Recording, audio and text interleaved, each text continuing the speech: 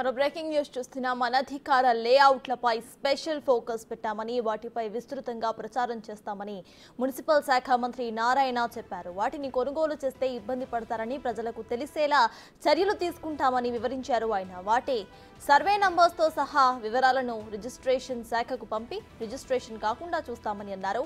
అన్ని వివరాలను ప్రత్యేక వెబ్సైట్ ద్వారా ప్రజలకు అందుబాటులో ఉంచామని తెలిపారు. అయితే రాష్ట్రంలో సంక్లిష్టంగా ఉన్న లేఅవుట్లు, భవన నిర్మాణాల రూల్స్ ను సవరించి సరళీకృతిస్తామని వివరించారు ఆయన.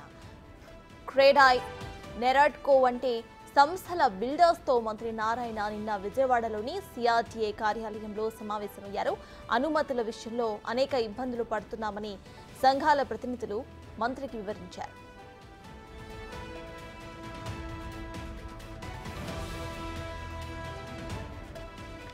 సింగిల్ విండో విధానంలో అనుమతులు ఇవ్వాలని కోరారు. నిర్మాణం పూర్తయిన లేబర్ సెస్ పేరుతో ఇబ్బంది పెట్టడం తగదని అన్నారు. 2014 నుండి 19 కాలం స్వర్ణయుగమని, గత ప్రభుత్వ హయాంలో తీవ్రంగా నష్టపోయామని చెప్పారు వారు. అయితే మళ్లీ రాష్ట్రంలో రియల్ ఎస్టేట్ రంగం ఊపందుకోవాలంటే ప్రత్యేక చర్యలు తీసుకోవాలని కోరారు. నాలా, vacant land tax, fire, airport, TDR, bonds వంటి సమస్యలు ఉన్నాయని నారాయణ చెప్పారు. ఇటీవల నెల్లూరులో సీఎం ఆదేశాల మేరకు పట్టణ ప్రణాళికకు ప్రత్యేక డ్రైవ్ ను ప్రారంభించామని అన్నారు. కొన్ని సమస్యలను అప్పటికప్పుడు పరిష్కరించామని చెప్పారు. రోజు ఒక మున్సిపాలిటీలో తానే స్వయంగా డ్రైవ్ లో పాల్గొంటారని అన్నారు. దీనివల్ల తనకు ప్రజలు సమస్యలు కూడా తెలుస్తాయని చెప్పారు.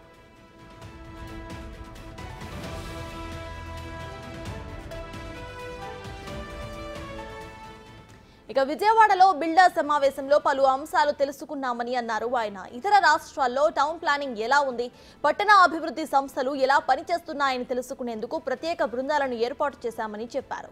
ప్రతి రాష్ట్రాల్లో కూడా పరిశీలించి విధి విధానాలు రూపొందిస్తామని, 3 నెలల్లో అన్ని సేవలను సైతం సులభతరం చేస్తామని అన్నారు ఆయన. నిబంధనల ప్రకారమే నిర్మాణాలు ఉంటాయని చెప్పారు. ప్రజలకు, బిల్డర్స్ కి ఎటువంటి ఇబ్బందులు లేకుండా చేయాలి అనేదే తమ ఆకాంక్ష అని వివరించారు మంత్రి నారాయణ.